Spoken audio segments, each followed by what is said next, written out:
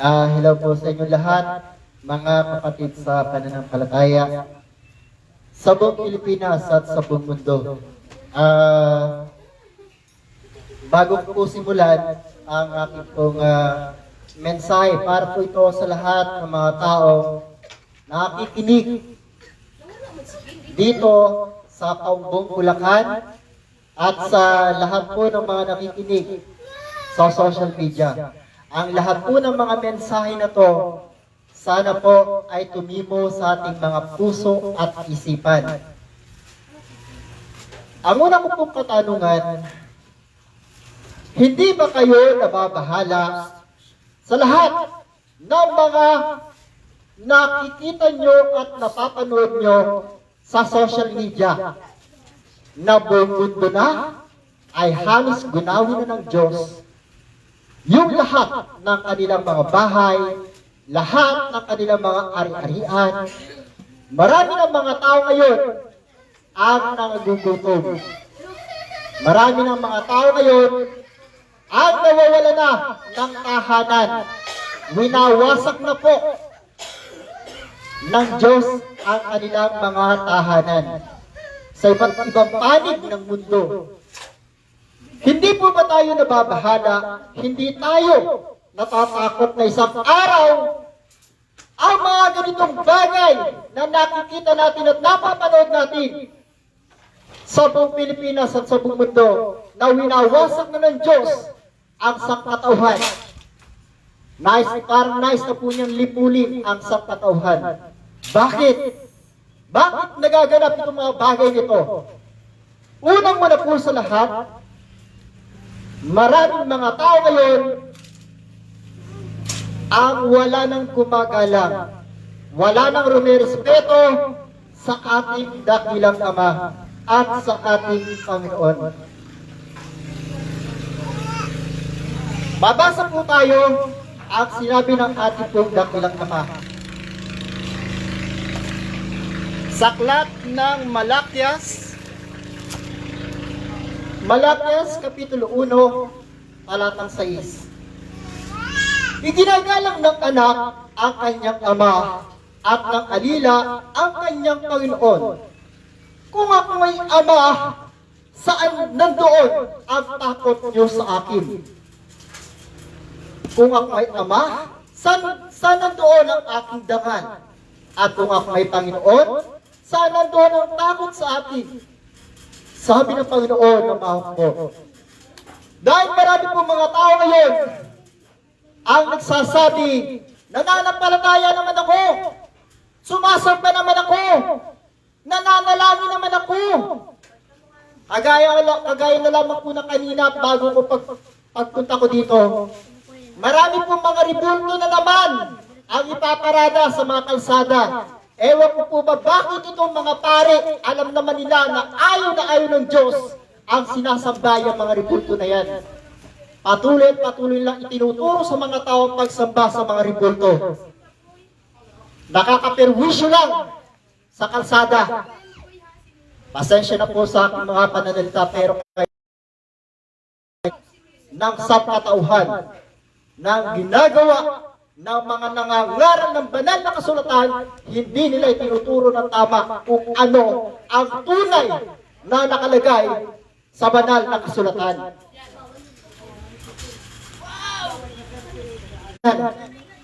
Ayaw nang tumigil yung mga dilubyong nagaganap sa iba't ibang panig ng iba't ibang bansa. Hindi po ba kayo nababahala na isang araw yung pinapanood nyo na yan ay mangyayari sa kung saan kayo naroon ngayon? Tumingin kayo sa kalangitan. Hindi ba kayo nababahala? Marami pong nakabadya na mga hindi po natin alam kung ano ang mga mangyayari magaganap. Marami na pong mga nakahula ngayon. Talaga pong maraming kahindik-hindik ng mga pangyayaring kaganapang magaganap sa ating bansa at sa iba't ibang panig pa ng iba't ibang bansa. Dahil maraming mga tao ngayon ang ang hindi na gumagalang at rumerespeto sa ating Panginoong Diyos. Kaya po, sabi ni Propeta Isaias, sa lahat ng mga tao na nagsasabing, naniniwala kami sa Diyos, sumasamba kami sa Diyos, nananalangin kami. Ito po ang sinabi ni Propeta Isaias. At sinabi niya sa kanila, mabuti ang pagkahula ni Isaias tungkol sa inyong mga mapagpaimbabaw. Ayon sa nasusulat, ang bayang ito'y ginagalang ko ng kanyang mga labi. Datapwat ang kanilang puso ay malayo sa akin. Datapwat walang kabuluhan ang pagsamba nila sa akin. Nagtuturo ng kanilang pinag-aral ng mga utos ng tao. Nilisan ninyo ang utos ng Diyos at inyong pinangahawakan ang salit-saling sabi ng mga tao. Ano po yung sinasabing salit-saling sabi ng mga tao? Ito po yung mga doktrina ng iba't ibang relihiyon na marami ng mga taong iniligaw at marami ng mga kaluluwa na hindi nakating sa kalangitan.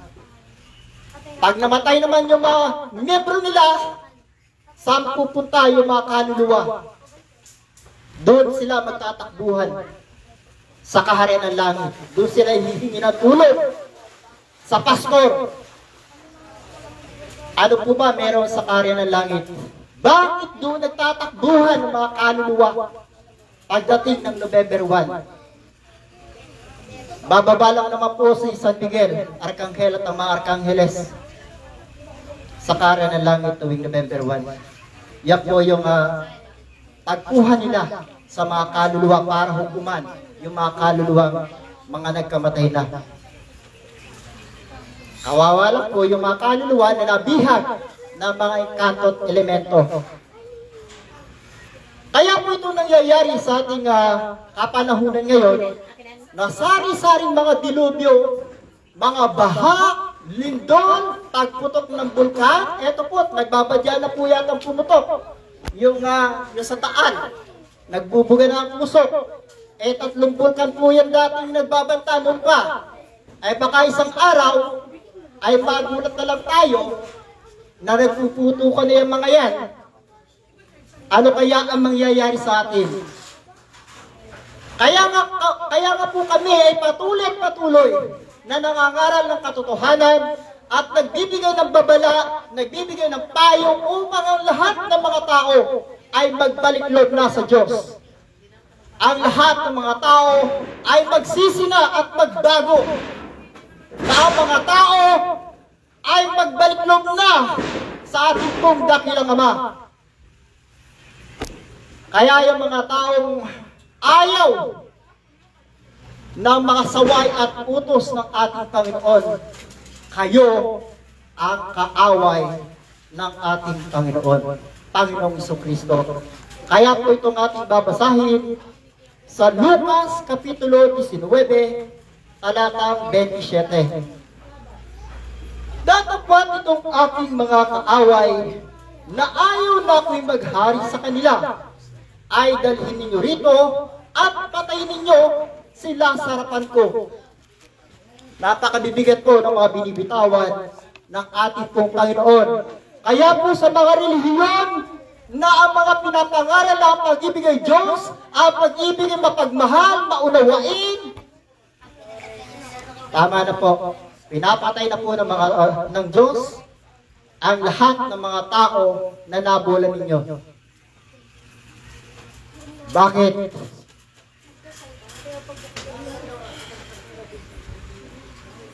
Dahil sa mga pambubulang ginagawa ninyo, tumigas ang ulo ng tao. Laging nakatatak at nakatanim sa kanilang mga isipan ng Diyos namin ay mapagmahal, mabuti, maunawain, pag-ibig. Kaya kahit gumawa ng kasalanan, okay lang. Kahit gumawa ng kasalanan, okay lang. Ayos lang. Kasi maaway ng Diyos namin. Kasi ang Diyos namin mapagmahal. Pinagpapapatay na nga yung mga tao makasalanan ngayon. Who knows? Buhay tayo ngayon, baka sa mga susunod na araw, sa mga susunod na buwan, o hindi natin alam kung buhay pa ba tayo. Hindi po ako nananakot dahil may mensahe po si Dr. Jose Rizal. Ito po ay mensahe ni Dr. Jose Rizal sa Capas Tarlac. Nung kami po ay nandoon, nung kami nag-mission, bumaba po ang Dr. Jose Rizal sa kung saan kami naroroon. At ang kanyang mensahe, may isang darating na lindol na dapat paghandaan ng lahat ng mga tao. Hindi po natin alam kung ang lindol na ito na ba ang tinatawag na dibiguan na kinatatakutan ng lahat. Ang sabi po ng Dr. Jose Rizal, iyan ay kanyang iminensahe upang ang mga tao ay mabigyan ng kanyang babala. Lahat ng mga tao ay binibigyan niya ng babala na magsisina at magbago. Baka hindi po natin nalalaman na ang sinasabi ng Dr. Jose Rizal na iminensahe niyang lindol, ito na pala ang wawasak sa ating bansang Pilipinas. Nakakatakot po. Huwag niyo sabihin na naman na karumal-dumal na namang espiritu yung nagbabahagi sa amin ng mensahe. Ay, sige, hatulan niyo si Dr. Jose Rizal. Ewan ko lang, dahil walang kapatawaran ang bumatol sa mga banal na espiritu. Kamatayan po ang katumbas ng paghatol sa mga banal na espiritu. Dahil dito sa karyan ng langit, wala pong karumal-dumal espiritu ang bumababa dito. Lahat ng mga espiritu na bumababa sa karyan ng langit, lahat po yan mga banal. Mga banal na espiritu na dapat igalang, dapat sambahin sa kanila ang lahat ng papuri. Alam niyo po ba kung bakit nangyayari ang lahat ng mga bagay nito? Mga dilubyong nagaganap sa iba't ibang panig ng mundo dahil sa hindi pagsunod ng mga tao sa 10 utos ng Diyos. Maliwanag po yan. Maliwanag po yan ang narinig niyo sa akin. Yan ang dahilan kung bakit ang mga tao ay dinidilubyo na. Dahil sa hindi pagsunod ng mga tao sa 10 utos na ibigay ng Diyos kay Propeta Moises, na ngayon ay ipinasa ng Diyos ng ating dakilang Ama sa pastor. Upang ang 10 utos na ito ay kanyang maitupad sa ating kapanahunan. Hindi na naman kayo maniniwala. Kasi hindi nyo narinig yung mga mensahe. Kung paano ipinagkaloob ng ating dakilang Ama ang 10 utos na yan sa pastor. Kaya nga ito na po yung sinasabi ko, hindi po basta-basta ang maging sugo. Kailangan po kasi nakakausap ng sugo yung Diyos. Meron silang koneksyon. Kaya po yung mga nagpapanggap na sugo, tumigil na po kayo.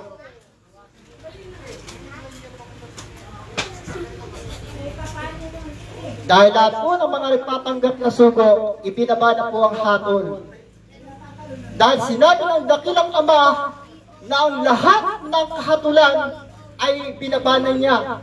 Ibinulaos na sa sangkalupaan ang lahat ng kanyang mga hatol, ang kanyang galit sa sangkatauhan.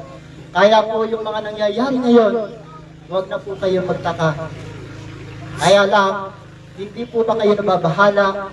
Hindi kayo natatakot na isang araw na yung mga pinapanood nyo na yan, nasa inyong harapan. Ano kaya ang inyong gagawin? Kaya po ito yung sinasabi ko sa inyo, hindi po kayo para takutin. Sinasabi ko po ito at iminimensay sa inyo upang kayo ay lumapit na at magbalik loob na po sa Diyos. Dahil ito na lang ang natitirang nalalabi nating pag-asa. Ang tayo ay magbalik loob sa Diyos, magsisi at magbago sa ating mga kasalanan. Taligdan na po natin yung mga ginagawa nating mga kasamaan.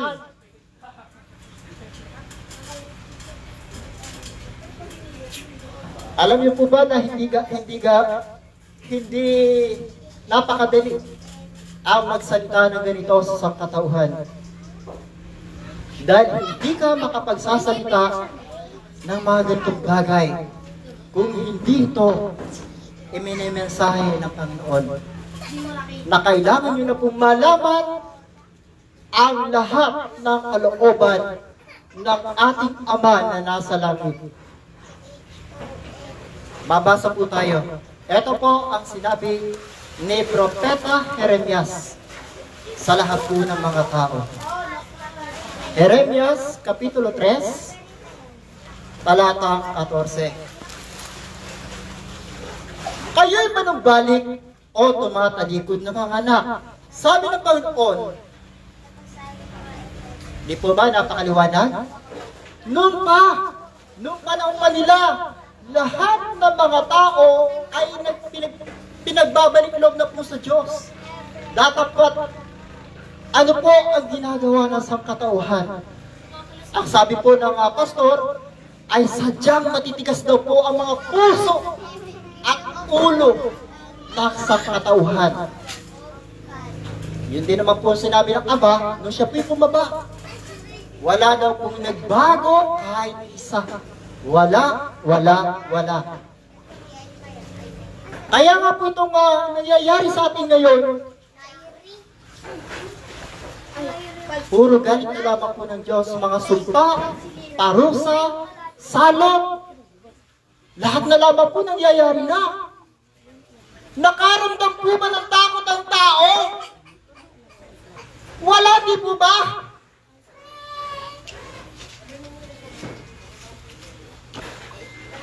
Dahil kung nakaramdam ng takot ang mga tao, sana'y tumigil na sila sa paggawa ng kasamaan, tumigil na sila sa paggawa ng kalikuan, tumigil na sila sana sa paggawa ng kasama sa kanilang kapwa.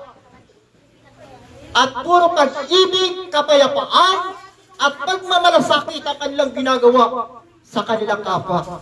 Kung sila ay nagkaroon ng takot sa lahat ng mga nangyayari at nagaganap sa ating kapanahunan ngayon. Pero, siguro hindi pa yan. Hintayin lang po natin kung ano ang mga susunod pang aganapang mangyayari at magaganap. Dahil hindi lang po lindol, salot pa na parating daw. Yung salot na dumating sa bansang India na pumatay ng 10,000 mga tao, parating na raw po sa Pilipinas. Saan ka magtatago ngayon?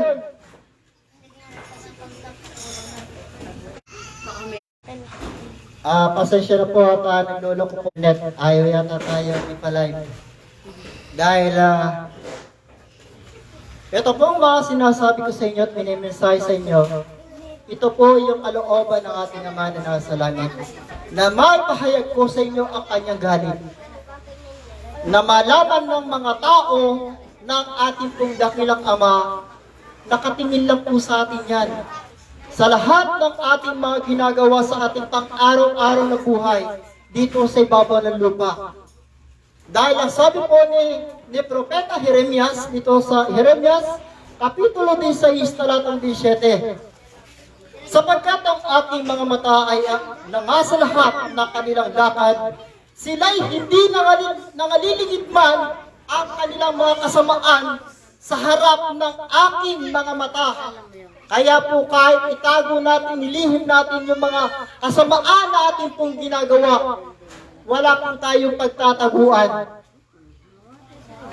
Lahat ng mga bagay na kasamaan na ating ginagawa ay nakikita po yan ng Diyos. Dahil ang kanyang mga mata ay mas higit pa sa inyong mga CCTV camera. Ang sabi po niya rito sa Jeremias Kapitulo 23, talatang 23, Ako bagay Diyos lamang sa malapit, sabi ng Panginoon, at hindi Diyos sa malayo.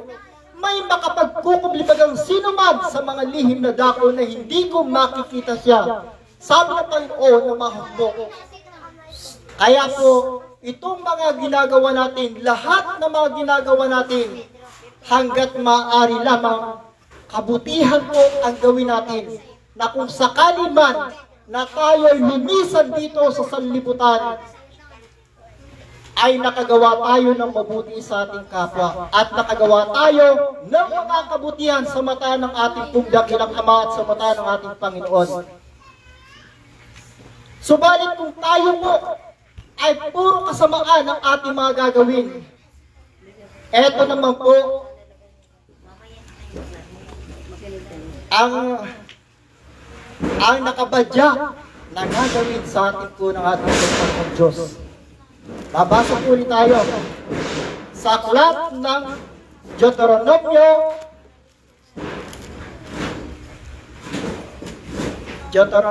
Kapitulo 28, talata 13. Kung hindi po tayo susunod sa mga batas palatuntunan na pinagkaloob sa atin ng ating pong Panginoong Diyos, ito po yung kanyang 10 utos. Ito po ang ating kahihinatnan.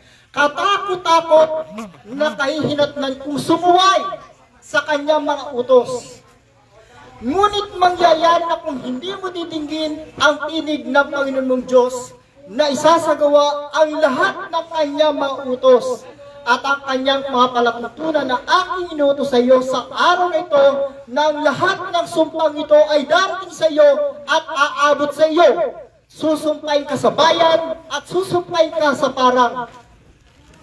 Susumpain ang iyong buslok at ang iyong palayok. Susumpain ang bunga ng iyong katawan at ang bunga ng iyong lupa, ang karagdagan ng iyong bakahan at ang mga anak ng iyong kawan. Lahat po ay susumpain hanggang sa ikaw ay maibuwal o kanyang mapatay. Ganyan po kabagsik ang ating pong Panginoong Diyos. Ganyan po kabagsik ang ating pong dakilang Ama. Siya'y pumapatay, siya'y bumubuhay, at siya'y lumilipol ng sangkatauhan ng mga taong ayaw sumunod sa kanyang mga batas, palatuntunan at sa kanyang mga kautusan. Wala pong awang pumatay ang ating pong dakilang Ama. Kung hindi nyo po nalalaman ito, kailangan nyo na po itong malaman. Dahil ang sabi po dito sa Deuteronomio Kapitulo 28, talatang 63. Babasa po ulit tayo. At mangyayari na kung paano ang Panginoon ay nagagalak sa inyo na gawin kayong mabuti at paramihin kayo, ay gayon magagalak ang Panginoon sa inyo na ipalipol kayo at ibuwal kayo at kayo'y palalayasin sa lupa na inyong pinapasok upang ariin. Ganyan po kabagsik ang ating pong dakilang Ama na taliwas sa mga tinuturo ng mga naunang mangangaral na ang Diyos daw ay pag-ibig, ang Diyos daw ay mapagmahal, na ang Diyos daw ay ganun-ganyan. Totoo naman po yun. Totoo lang po yun sa mga taong naglilingkod sa Kanya, sa mga taong umiibig din sa Kanya. Dahil ang sabi ng ating pong Panginoon, kung ako'y inyong iniibig, ay tutuparin nyo ang aking mga utos. Kaya kung talagang tunay na ikaw ay umiibig sa ating Panginoon at sa ating dakilang Ama, sumunod ka sa kanyang mga utos at huwag kang susuway sa lahat ng kanyang mga pinag-uutos. Unang-una na, ang ibigin mo ang Panginoong mong Diyos ng buong puso mo, ng buong kaluluwa mo, na siya iyong paglilingkuran hanggang sa kahuli-hulang hanggahan ng iyong buhay. Diyan po malalaman na ikaw ay tunay na umibig at nagmamahal sa ating pong Panginoong Diyos, na hindi gaya ng sinasabi ng Propeta Isaias na iniibig lang daw natin ng Diyos sa pamamagitan ng ating mga labi at ng ating mga bibig, dila, subalit ang ating mga puso ay malayo sa Kanya. Kaya mga kapatid sa pananampalataya, panahon na po ng pagbabago. Panahon na para magbalik loob na po tayo sa Diyos. Dahil kung hindi po tayo susunod sa lahat ng mga pinag-uutos ng ating pong dakilang Ama, ito po ang kanyang sinabi sa Levitico, Kapitulo 26, talatang 23. Basa po ulit tayo. At kung sa mga bagay mang ito, hindi pa kayo magbago sa akin, kundi sasalansan kayo sa akin. At lalakad din naman ako ng laban sa inyo at sasaktan ko kayo ng makapito pa dahil sa inyong mga kasalanan.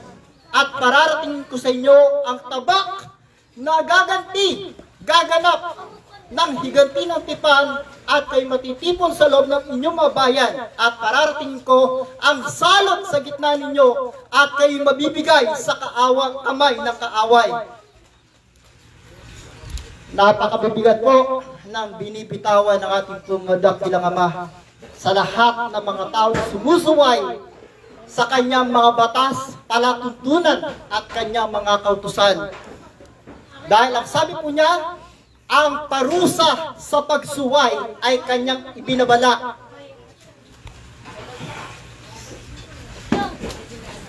Ituloy po natin. Ngunit kung hindi nyo pakikinggan ako at hindi nyo tutuparin ang lahat ng mga utos na ito po yung kanyang 10 utos. At kung yung tatanggihan ng aking mga palatuntunan at kasusuklaman nga ninyo ang aking mga hatol, nalupat hindi nyo tutuparin ang lahat ng aking mga utos, kundi nyo sisirain ng aking tipan, ay gagawin ko naman to sa inyo. Ilalagay ko sa gitna ninyo ang sindak. Alam niyo po yung mga sinasabing mga sindak na to? Ito po yung mga tornado, mga buhawi, mga lindol na napakalalakas, mga bagyong sobrang lalakas, mga baha, mga dilubyo, at mga pagputok ng bulkan na talagang ewan ko lang kung hindi ka pa masindak at hindi ka magkaroon ng takot sa Diyos. Kaya po kung ayaw po natin itong mangyari sa atin, sumunod na lamang po tayo sa kanyang mga utos. Sumunod po tayo sa lahat ng mga batas palatuntunan ng ating pong dakilang Ama dahil ipinangako ng ating Panginoong Diyos ang pagpapala sa pagsunod ay ipinangako. Ano po ba ang pinapangako ng ating pong dakilang Ama sa sangkatauhan kung sakali na tayo ay susunod sa kanyang mga utos? Ang sabi po niya rito, Levitico Kapitulo 26, talatang 6, at magbibigay ako ng kapayapaan sa lupain, at maiga kayo, at walang katatakutan kayo, at aking papawin sa lupain ang mababangis na hayop. Ano po ba itong mababangis na hayop? Ito po yung mga mambabarang, mga mangkukulam, yung mga elemento, mga nananakit, mga masamang espiritu na kayang pumatay ng mga tao. Hindi dadaanan ng inyong lupain sa tabak. Hindi na po kayo magkakaroon pa ng mga salot. Hindi na kayo magkakaroon pa ng mga sumpa. Magiging payapa at masagana ang magiging buhay ng sangkatauhan kung tayo ay magiging mga masunurin sa lahat ng mga inuutos ng ating dakilang Ama. Yun din po sinabi ni Propeta Isaias. Isaias, Kapitulo 1, talatang 19. Kung kayo'y magkusa at magmasunurin, kayo'y magsisikain ng buti ng lupain. Magiging masagana na po ang ating pong bayan. Wala na po kayong mga katatakutan ng mga COVID na yan. Wala na po kayong katatakutan ng mga salot, mga sumpa, mga dilubyo. Lahat po yan ay wawalisin, papawin po yan ng ating pong dakilang Ama. Kung makikita niya na ang kanyang mga anak, ang kanyang mga nilalang ay nagkakaisa na. Ang lahat ng mga tao nagkakaroon na ng pagkakaisa, nagkaroon na ng pag-ibig sa bawat tao.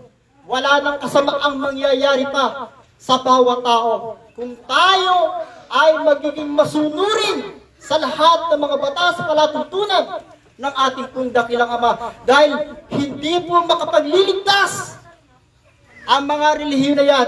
Dahil ang tunay pong kaligtasan ay nandoon sa pagsunod sa kanyang mga batas at palatuntunan, sa kanyang mga kautusan. Yan po ang tunay na makapagliligtas sa sangkatauhan. Hindi po yung mga relihiyon na yan, ang mga nangangako sa atin, pumasok ka dito, ligtas ka. Pero kapag namatay na ang kanilang mga miyembro, nandun lang sa puno ng mangga, mga nakagapos, ginapos pala, binihag pala ng mga engkanto. Pati pare, nakagapos sa puno ng mangga, yung kanyang kaluluwa. Isang video po namin, ang nakakita niyan. Punta kayo sa amin para malaman ang katotohanan. Kaya mga kapatid ko sa pananampalataya, ito pong mga pinapayo namin, sana ay pagbulay-bulayan po natin na sana itong mga sinasabi ko po sa inyo, ito po yung kalooban ng ating Ama na nasa langit.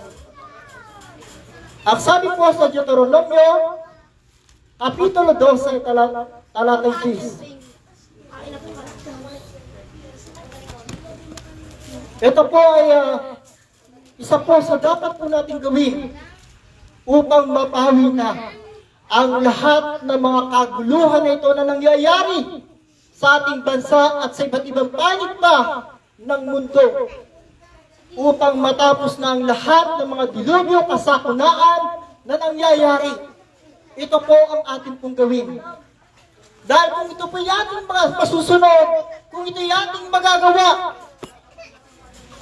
hindi po kaya magalak ang ating pong dakilang Ama sa sangkatauhan. At ang kanyang ipinangako, pagpapala sa pagsunod, ipinangako po niya. Kapayapaan sa lahat. Kasaganaan para sa lahat. Diyan na po darating yung matagal ng panahon na hinihintay ninyong kayamanan na yan, na matagal nang natago. Kung magkakaroon na po ng pag-ibig at kapayapaan sa sangkatauhan, sa buong sanlibutan. Ipinapayo ang paggalang sa Panginoon. Ito po ang kailangan natin gawin. Lahat ng mga tao. At ngayon, Israel po tinutukoy dito, pero tayo po ay nasa bansang Pilipinas. Pero gagamitin po natin ito ang turo ng pastor. At ngayon, Pilipinas at sa buong daigdig. Ano ang hinihingi sa iyo ng Panginoon mong Diyos? Kundi matakot ka sa Panginoon mong Diyos, lumakad ka sa lahat ng kanyang mga daan, at ibigin mo siya, at paglingkuran mo ang Panginoon mong Diyos ng buong puso mo at ng buong kaluluwa mo. Bakit natin kailangan itong gawin? Dahil tayo ay kanyang mga nilalang. At ito ang buong katungkulan natin, lahat tayong mga tao ang sumunod sa lahat ng kanyang mga utos. Bawal ang sumuway. Ang sumuway, patay. Naginapin mo ang mga utos ng Panginoon at ang kanyang mga palatuntunan na aking inutos sa iyo sa araw na ito sa iyong ikabubuti. Kita nyo naman po, kung masusunod natin ang mga kautusan ng ating pong dakilang Ama, walang sumpa, walang parusa, walang mga salot, walang mga sakit, walang dilubyo. Ang kapalit ng pagsunod, pagpapala sa pagsunod ay kanyang ipinangako, kapayapaan, kasaganaan, katahimikan ng buong sanlibutan. Dahil igagapos niya sa Satanas. At sa lahat naman po ng mga tao na mga may sakit at karamdaman, ito lang po ang nais ng ating pong dakilang Ama sa inyong lahat. Babasa po tayo sa Isaias, Kapitulo 57, talatang 15. Kung ito po'y inyong magagawa, kayo'y mananalangin sa ating Panginoon sa bawat gabi, tayo tatawag, hihingi ng awat habag.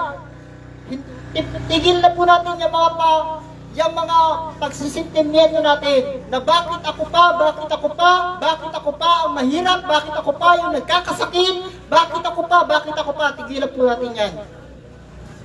Bagkus, ang gawin po natin, tumawag po tayo sa Diyos. Itaas natin ang ating mga problema sa Kanya. Dahil ang sabi po ni Propeta Isaias, sapagkat ganito ang sabi ng mataas at matayo na tumatahan sa walang hanggan, na ang pangalan ay banal. Ako'y tumatahan sa mataas at banal na dako, na kasama rin niya na may pagsisisi at pagpapakumbabang loob, upang bumuhay ng puso ng nagpapakumbaba at upang bumuhay ng puso ng nagsisisi. Napakaliwanag po, kung tayo ay magbabalik loob sa Diyos, magpapakumbaba, magsisisi sa lahat ng ating mga kasalanan, gaano mang sakit meron kang karamdaman, pagagalingin ka ng Diyos. Kailangan mo lang pong magtiwala sa Kanyang kapangyarihan. Bakit po ba sinabi pa natin Diyos na makapangyarihan? Kahit gaano kabigat ang iyong karamdaman, ay pagagalingin ka niya. Tuloy po natin. Sapagkat hindi ako makikipagtalo magpakailanman o mapupot man ako lagi, sapagkat ang diwa ay manglulupaypay sa harap ko at ang mga kaluluwa na aking ginawa. Dahil kahit ano pang iyong sabihin, gaano ka mang kayaman, gaano ka mang kayabang, wala kang kaya sa Diyos. Sa isang sandali, sa isang pasak mata, kaya kanyang patayin. Dahil sa kasamaan ng kanyang kasakman, nailapot ako at sinaktan ko siya. Aking ikinubli ang aking mukha at siya'y napuot. At siya'y yumaw ng imagsik ng lakad ng kanyang puso. Aking nakita ang kanyang mga lakad at pagagalingin ko siya. Aking din papatnubayan siya at bibigyan ko na kaaliwan siya at ang kanyang mga nangananangis. Dahil ang mga tao na nagmamahal sa kanya, akala nila dahil sila nangananangis na, nag-iiyakan na dahil akala nila ay mamamatay na. Subalit sa kanyang pagbabalik loob sa Diyos, siya pinatawad ng Diyos at siya pinagaling. Ganyan po ang nangyari kay Haring Ezekias. Isaias Kapitulo 38 po, yung kanyang kasaysayan. Sa araw na yun, mamamatay na siya. Bakit binuhay pa siya ng Diyos? Siya po ay nagsisi, nagbago, nagbalik loob. Aking nilikha ang bunga ng mga labi, kapayapaan sa kanya na malayo at sa kanya na malapit. Sabi ng Panginoon, at aking pagagalingin siya. Ngunit ang masama ay parang maunos na dagat, sapagkat hindi maaring humusay at ang kanyang tubig ay bukay na burak at dumi. Walang kapayapaan, sabi ng Diyos, sa mga masasama. Sa lahat po ng mga masasama na ayaw magsisi, ayaw magbago, kahit gaano pang panalangin mo, wala pong diringgin ang Diyos. Kailangan mo pong magsisi at magbago upang ang iyong mapanalangin. Kung ikaw ay taong may sakit at karamdaman, kailangan mong magsisi at magbago upang ikaw ay kanyang dinggin. Dahil ang pananalangin lang po ng mga taong matutuwid ang dinirinig ng ating pong dakilang Ama. Kaya mga kapatid sa pananampalataya, tanda po natin lagi, tayong mga tao, nabuhay tayo sa sandaigdigang ito upang sumunod at mag-aral na matakot sa ating pong dakilang Ama, sumunod sa kanyang mga utos, dahil tayo kanyang mga nilalang na dapat lamang nagumalang, magmahal at umibig sa ating dakilang Ama na siyang lumalang sa ating lahat. Dahil ang sabi po dito sa Ecclesiastes Kapitulo 12, talatang 13,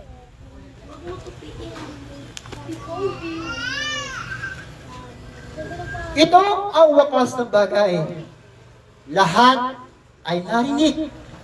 Ikaw ay matakot sa Diyos at sundin mo ang kanyang mga utos. Sapagkat ito ang buong katungkulan ng tao. Tayong lahat ng mga tao, nabuhay pala tayo dito sa sandaigdigan para hindi natin gawin yung lahat ng ating mga nais. Lahat ng mga nais natin at nagustuhan natin. Dahil ang kailangan maghari at ang nais lang ng ating dakilang Ama ang siyang kailangan masunod. Dahil kung hindi natin ito gagawin, katakot-takot, nakaparusahan, sumpa, salot, dilubyo ang ipararating niya sa atin kung tayo ay hindi susunod sa kanyang mga utos. Sapagkat ito ang buong katungkulan ng tao.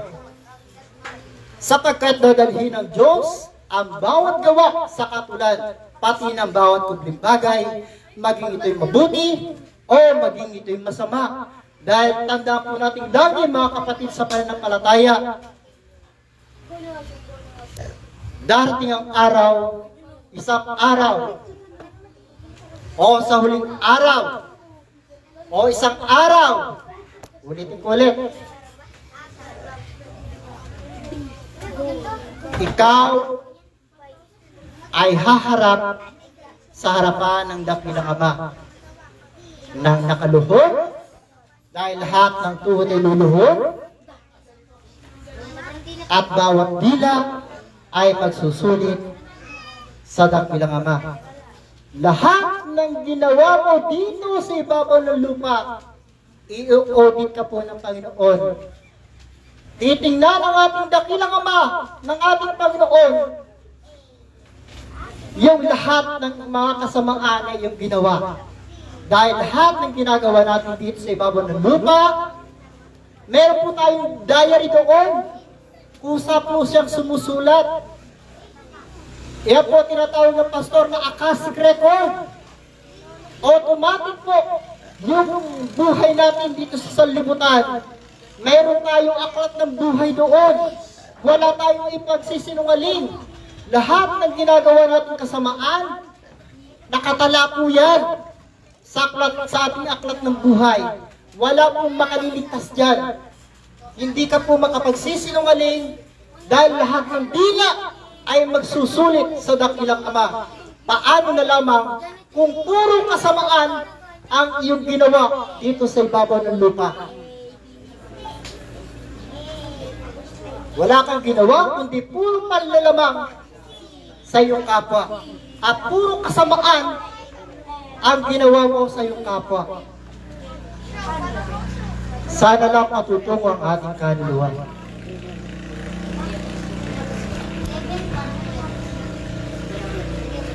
Kaya po kami ay nagpapayo, hindi po kami tumitigil ng pagpapayo, pagbabalita ng mga mensahe galing po sa kaitaasan. Dahil nais namin ang lahat ng mga tao ay magkaroon ng kaligtasan. Na ang lahat ng mga tao ay makabalik doon sa ating tunay na tahanan.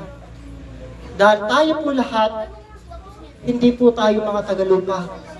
Mga tagalangit po tayong lahat. Yun po yung sinabi ng ating pong Panginoon. Na ang sabi po ng ating Panginoon, Ama, yung mga ibinigay mo sa akin ay ibig kong kung saan ako naroroon. Sila naman ay doon po kasama ko upang makita nila ang kaluwalhatian ko na ibinigay mo sa akin, sapagkat ako yung ibig bago natatag ang sanglibutan. Nasaan po ba yung Panginoong Jesucristo? Andun po siya sa kanan ng Ama, sa kanyang luklukan, doon sa kanyang kaluwalhatian. Yung po ang nais sa atin ng ating pong Panginoong Jesucristo. Sa lahat po ng mga tao na ayaw siyang tanggapin, sa lahat po ng mga tao na itinakwil siya, nakababa na po sa inyo yung lahat ng inyong mga hatol. Yun po yung sinabi niya sa aklat po ng San Juan. Juan, Kapitulo 3. Ito po, tapos na sana, kaso lang kailangan po natin itong malaman. Sa lahat po ng mga tao o mga bansa na ayaw tanggapin at ayaw sampalatayanan, ayaw kilalanin ang Panginoong Kristo. Pakinggan niyo po itong mabuti. At sana magbago na kayo ng inyong mga pag-iisip upang kayo magkaroon ng kaligtasan. Ito po yung huling mensahe. Juan Kapitulo 3, talatang 16 hanggang 19. Sapagkat gayon na lamang ang pagsinta ng Diyos sa sanlibutan na ibinigay niya ang kanyang buntong na anak upang ang sinumang sa kanya sumampalataya ay huwag mapahamak, kundi magkaroon ng buhay na walang hanggan. Sapagkat hindi sinugo ng Diyos ang anak sa sanlibutan upang hatulan ang sanlibutan, upang ang sanlibutan ay maligtas sa pamamagitan niya. Napakaliwanag po. Ang Panginoong Kristo po ang ating pong kaligtasan. Bakit kailangan niyo pong tanggihan ang kanyang inaalok sa inyong kaligtasan?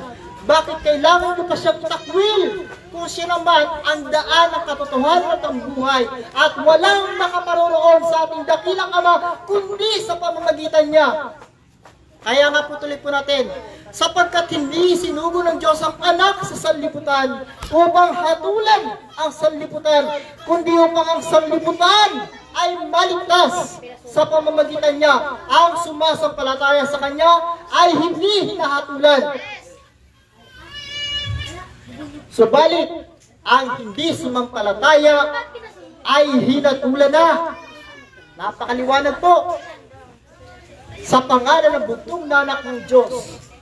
Bakit po ba kasi ayaw tanggapin ng mga taong ito at ng mga bansang ito ang Panginoong Kristo? Kaya po sila'y dinidilubyo na. Ito po ang kahatulan. At ito ang kahatulan na naparito ang ilaw sa sanlibutan at inibig pa ng mga tao ang kadiliman kaysa sa ilaw. Dahil ang Panginoong Kristo ang ilaw na dapat po natin lakaran upang tayo po ay hindi na po maligaw. At inibig pa ng mga tao ang kadiliman kaysa sa ilaw, sapagkat masasama ang kanilang mga gawa. Sapagkat ang bawat isa na gumagawa ng masama ay napupuot sa ilaw at hindi lumalapit sa ilaw upang huwag masaway ang kanyang mga gawa. Yung po pala. Kaya pala ayaw lumapit sa Panginoong Kristo ay sasawayin yung kanilang mga masasamang gawa. Kaya pala ayaw lumapit sa ilaw. Dahil sabihin ng Panginoon, tigilan mo na yung pag-inom mo na yan. Tigilan mo na yung mga kasama na yan. Ayaw tigilan eh. Hindi sila lalapit sa ilaw. So ganito na lamang po. Tandaan lang po natin na ang sumampalataya sa Panginoong Kristo ay hindi hinahatulan. Subalit ang ayaw sumampalataya sa Kanya, hinatulan na. At dumating na po ang mga kahatulan sa sanlibutan. At sana po sa lahat ng mga tao, sa lahat ng mga tao na nakikinig sa akin, sa aking tinig, sana po manalangin tayo. Sa bawat gabi, sa bawat araw, humingi po tayo ng awat habag sa ating pong dakilang Ama. Humingi tayo ng awa na sana tumigil na itong mga dilubyo na itong nagaganap sa iba't ibang panig po ng bansa, sa iba't ibang panig ng mundo. Humingi po tayo ng awat habag para sa mga taong nawawalan ng tahanan. Humingi tayo ng awat habag sa mga taong na nagugutom. Napakarami na po nilang nagugutom. Kawan ang kabagan po natin sila at ipanalangin natin sila. Sana po ay maawat at mahabag sa mga taong ito na mga nangawala ng tahanan. At sana po ay kilalanin natin ang ating dakilang Ama at ang ating Panginoon bilang ating Panginoon at sariling tagapagligtas, dahil wala pong ibang tagapamagitan na ibinigay ang ating dakilang Ama sa sangkatauhan, kundi ang ating Panginoong Kristo. Siya ang daan, ang katotohanan at ang buhay, at walang makaliligtas at makararating sa dakilang Ama, kundi sa pamagitan niya. Siya lamang po ang nag-iisang daan na dapat po nating ibigin, mahalin, at sampalatayanan. Yan lang naman po ang nais ng ating pong dakilang Ama. Ang ating Panginoon, na ang ating pong Panginoong Jesucristo, ang ating tagapamagitan. Siya po ang nag-isang tagapamagitan sa ating pong dakilang Ama. Hindi ka po pwedeng dumirekta sa dakilang Ama. Dadaan ka muna sa Kanya. So hanggang dito na lamang po at maraming salamat po. Sana po ang lahat ng mga bagay po na ito na na-mensahe po sa inyo, itanim po natin sa ating mga puso, sa ating isipan. Gamitin po natin itong mga kaalaman ito para sa ating pamumuhay dito sa sangkalupaan upang tayo ay magkaroon ng mabuting kawakasan.